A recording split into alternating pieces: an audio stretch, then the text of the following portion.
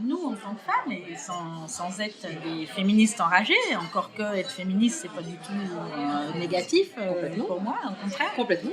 Comment on peut transformer ces atouts reconnus en termes marketing, d'accueil, de relations humaines, pour justement arriver à occuper des positions vraiment de décideurs au plus haut niveau? Alors, je crois, mais peut-être que... Qu'est-ce qui twiste pas? Je crois d'abord que les femmes... j'ai beaucoup d'espoir sur la jeune génération. Ouais. Parce que, de mémoire, le texte de loi sur la parité, l'égalité des salaires entre hommes et femmes doit remonter à 72, 73. Je veux dire, c'est assez récent. Hein, ça fait, voilà. Quand même, oui, une quarantaine d'années. Mais c'est pas vieux. C'est pas vieux. Le vote des femmes, c'est 44. Hein, donc, bon. Voilà. Et encore, je crois qu'en Suisse, c'est 61. Donc, c'est vous dire, j'en suis à moitié. Donc, pour moitié, je peux le dire.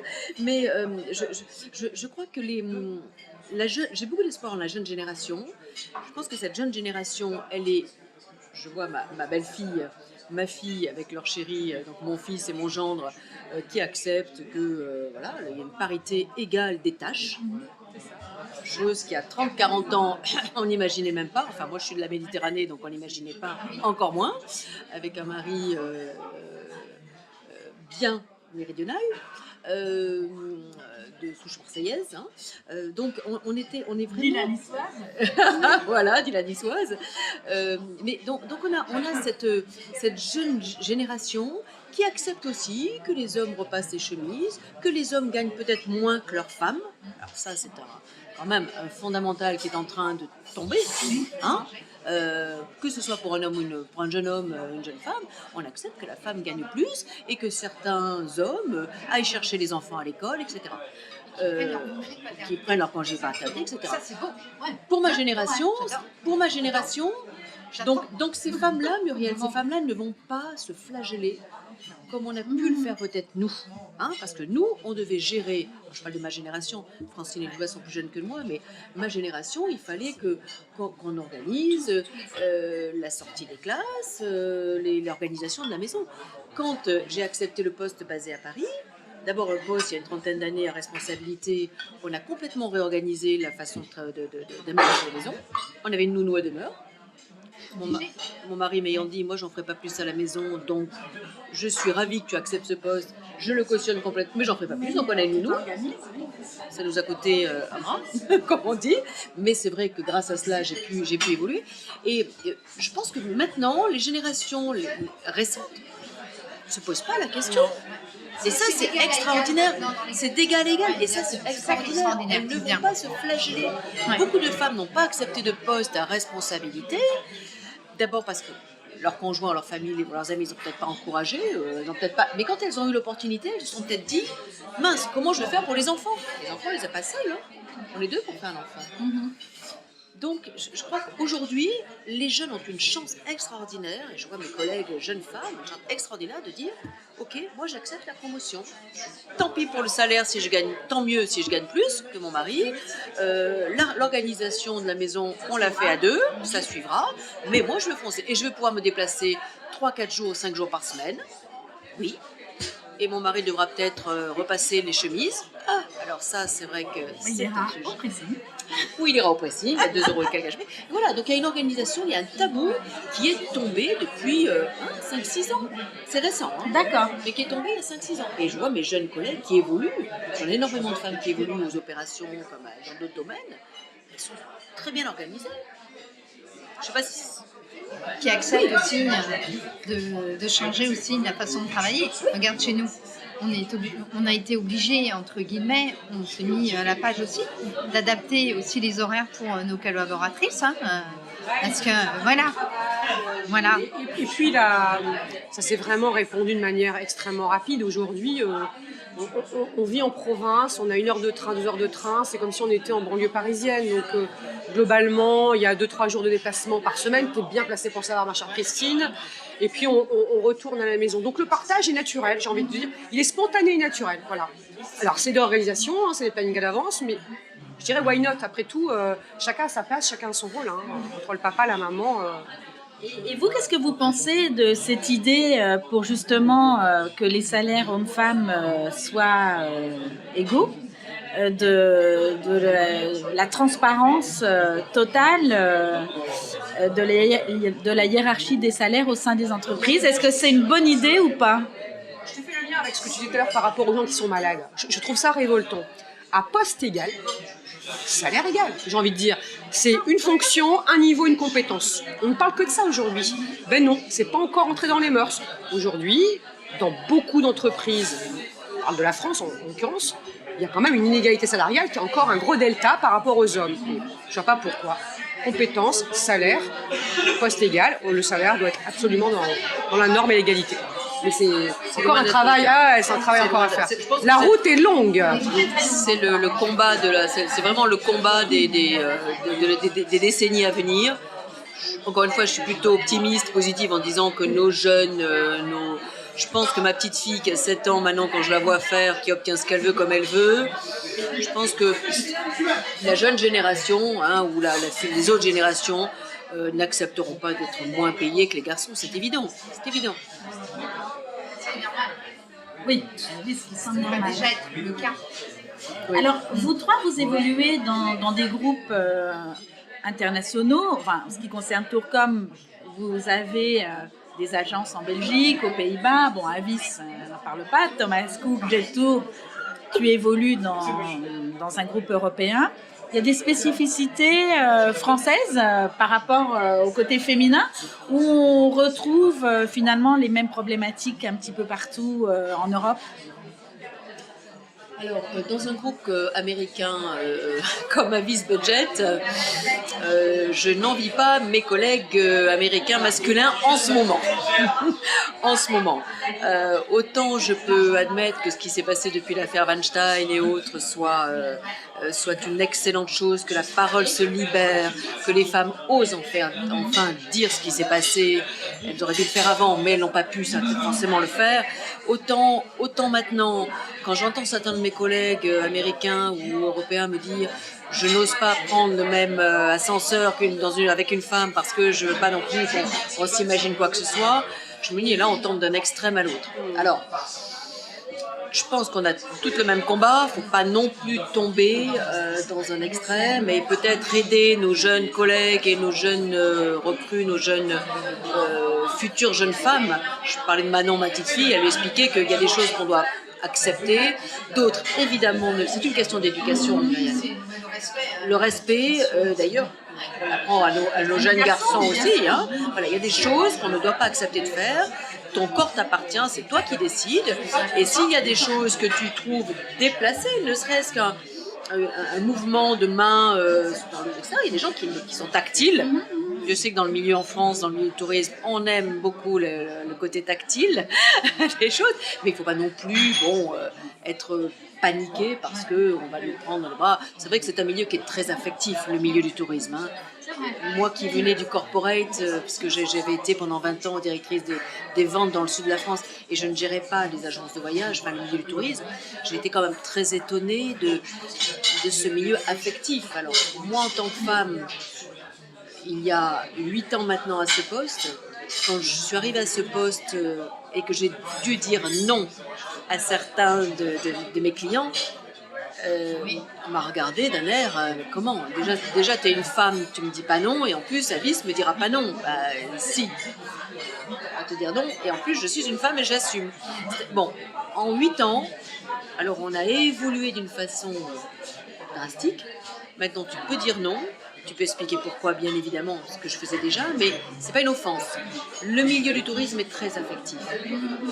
Mais il ne faut pas confondre, nous les femmes, l'affectif, l'empathie, avec la pression, avec le harcèlement, etc. Je veux dire, à un moment donné, mais Il faut Rester à sa place. rester à sa place, mais il faut que tout ça Donc, c'est les s'exprime femmes, quand même. hein. On peut oser dire, tu me tutoies pas, vous ne me tutoyez pas, je ne suis pas une amie, je suis une copine, etc.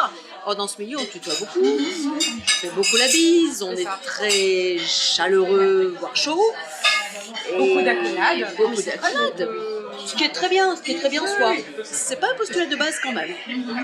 Et je comprends que la jeune génération apprécie moins. Ah, là, qui sont moins tactiles que d'autres. Plus dans le vouvoiement aussi, hein, on le ressent de plus en plus, et vraiment un recul très propre aux strates hiérarchiques dans la jeune génération. Voilà. Et par rapport à tes confrères européens, tes consoeurs, Mes consoeurs, mes confrères. Je connais pas mes consoeurs, parce que je crois qu'il y a que des confrères déjà. On touche du doigt le sujet. Dans l'esprit européen, je pense qu'on est un tout petit peu alignés les uns avec les autres. Je connais pas trop, mais je pense qu'avec nos succursales anglaises, allemandes ou belges, on est à peu près dans le même état d'esprit, sauf que les dirigeants qui sont à des postes similaires aux miens sont des hommes. Donc j'ai pas trop de recul par rapport à ça. Ceci dit, je rejoins Christine, hein, les Américains, c'est encore un autre sujet plus touchy.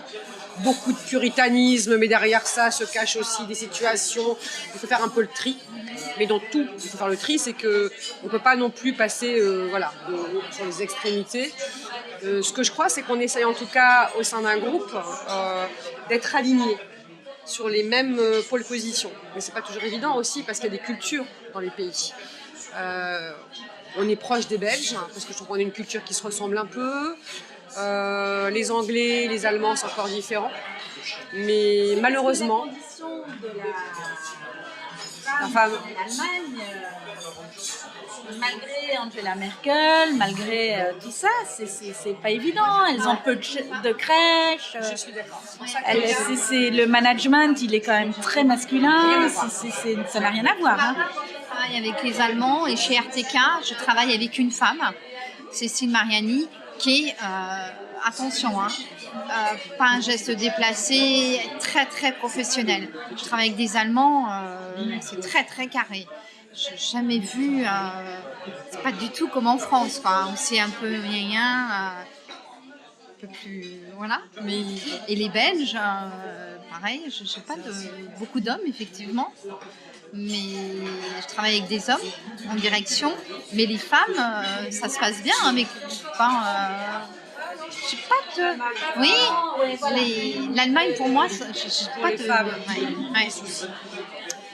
Et alors, si on devait faire un vœu pour l'année prochaine, parce que le temps passe vite, et puis on a toujours ces rendez-vous là du mois de mars avec cette journée internationale de la femme qui devrait même plus exister, c'est presque un non-sens. Pour la France, il y a des pays où, heureusement qu'il y a une journée de la femme, elle devrait être beaucoup plus célébrée. Ouais. Dans beaucoup de pays, il n'y a pas de journée de l'homme, mais dans certains pays, la condition de la femme n'est quand même pas... alors je rejoins aussi Louisa en disant que je ne suis pas vraiment une féministe enragée, convaincue. Je ne suis pas du tout une suffragette, c'est clair. Je suis là pour aider dans le cadre d'associations et même chez Avis Budget Group, les jeunes femmes à évoluer, à être bien dans leur peau pour bien délivrer, etc.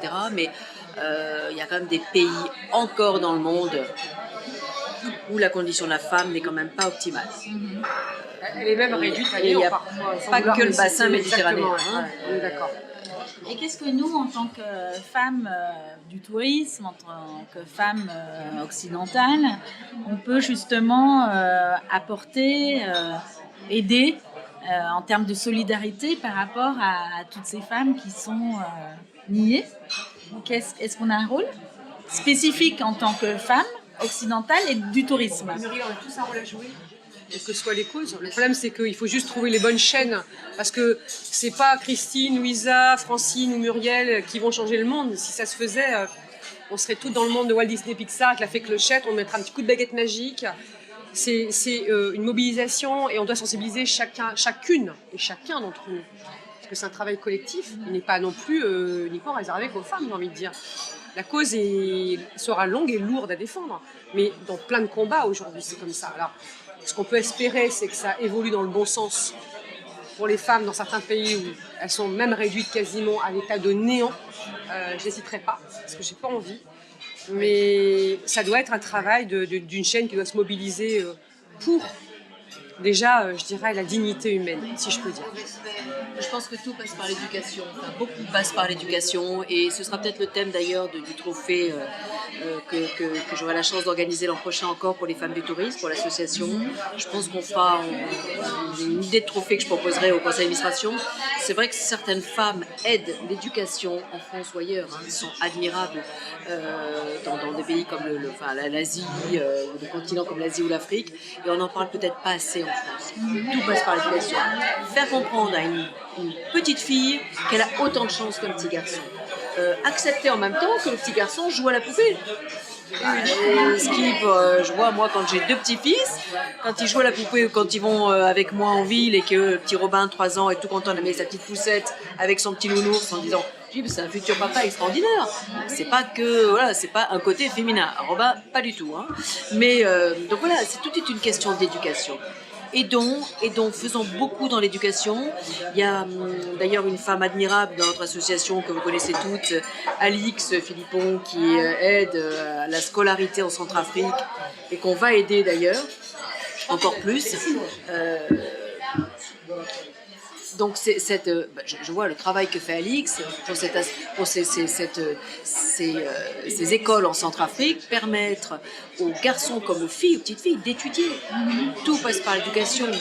Le jour où autant de femmes sauront lire, écrire, compter, etc., que les garçons, mais la planète sera sauvée. Enfin, c'est mon point de vue. Je suis peut-être trop optimiste, etc. Mais tout passe par l'éducation. Et en fait, acceptons cela. Là où je suis fière d'avoir réuni cette table, c'est que vous toutes les trois, vous êtes très engagées dans l'éducation, que ce soit Tourcom avec les Webex, la formation des agents de voyage, toi Louisa dans l'éducation à l'appréhension de la maladie, de l'éducation à percevoir, accepter, intégrer les malades et par rapport aux équipes, bien évidemment. Un hôpital, bien sûr, non, mais tant mieux. Mais aussi dans l'accompagnement, de pouvoir dire non, d'expliquer le non, de ne pas faiblir, de ne pas fléchir, d'avoir la foi, d'avancer. Donc pareil, leur inculquer, transmettre les peu de valeurs qu'on m'a transmises aussi, parce que moi j'ai été bien élevée, j'ai pas honte de le dire, mes parents m'ont très bien élevée. Donc j'espère transmettre aussi à travers ça que dans la relation commerciale, quelle qu'elle soit, quelle que soit l'industrie qu'on représente, il doit toujours y avoir un échange, mais on peut traiter un client, dire non, avec respect. Et je pense que le tout c'est d'expliquer les choses, voilà. Donc oui, moi je suis très combative sur, alors je vais aller au bout, hein, mais le comportement, comment se tenir quand on représente une société, parce qu'on porte la marque, on est ambassadeur de ça quand même, hein, c'est la vitrine. Hein. Être bien soigné, ça me semble être normal, vif, à l'heure, ponctuel, défendre son entreprise avec aussi le respect qu'on porte à notre client, n'oublions pas quand même si c'est lui qui nous fait vivre. Et puis transmettre ça de manière à pouvoir fluidifier la relation.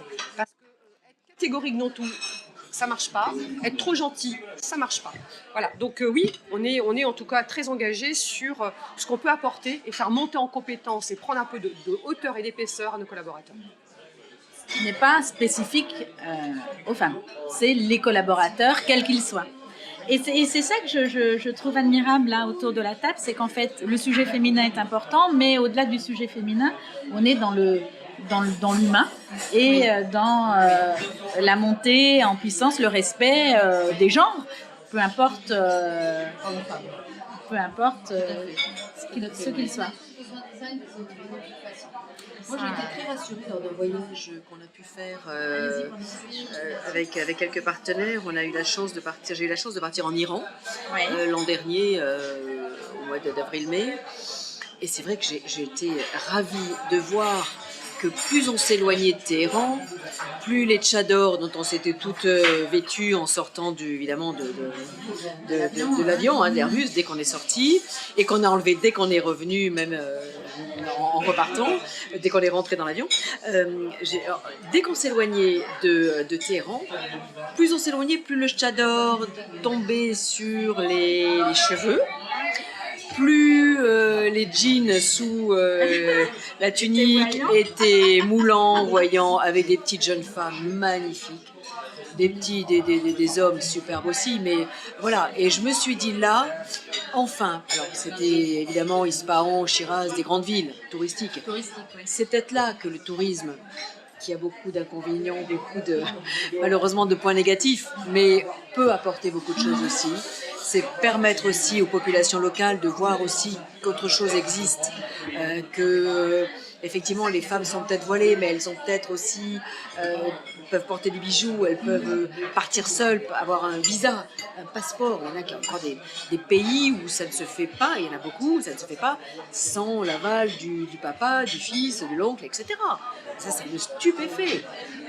Tout ça va évoluer. Dans les 20, 30 ans, dans les 50 ans qui viennent, tout ça va évoluer. Je ne serai plus là pour le voir, mais j'espère que vraiment... Oui, mais j'espère quand même que dans 40-50 ans, voilà, les mariages forcés n'existeront plus. Enfin, j'espère qu'ils n'existeront plus. J'espère. Voilà. Et ça, ce sera aussi grâce au tourisme. Gros inconvénient parce que malheureusement, le tourisme de masse ne fait pas de bonnes choses.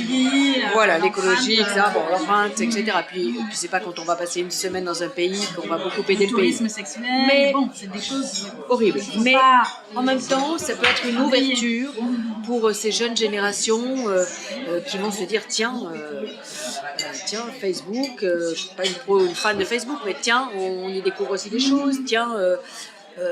On peut avoir nous aussi des portables, on peut avoir nous aussi une émancipation. Je ne suis pas obligée d'accepter telle et telle chose. Et je me dis que, encore une fois, les jeunes générations vont, j'espère, pouvoir agir. Eh bien, c'est sur les paroles de Christine que nous allons clore cette table avec ces 3 portraits de magnifiques femmes du tourisme. Nous nous retrouverons le mois prochain. Merci, à bientôt, bye bye.